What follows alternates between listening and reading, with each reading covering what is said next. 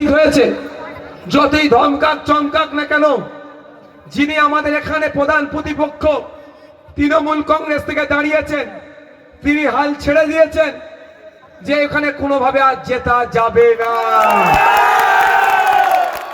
মফিদুল হক শাহজি সাহেব ইভিএম মেশিনের 7 নম্বর বুদাম চিপে আপনারা বুদাম টিপে খাম চিহ্নকে বিধানসভার মধ্যে পাঠাচ্ছেন, দ্বিতীয় ভাঙন তৈরি করছেন, এটা আপনারা প্রস্তুতি নিয়েছেন।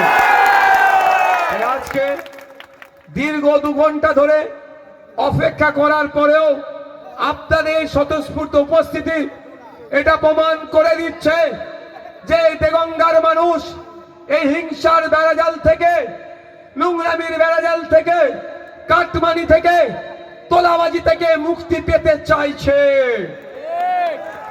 কারণ এই তোলাবাজির শিকার হয়েছে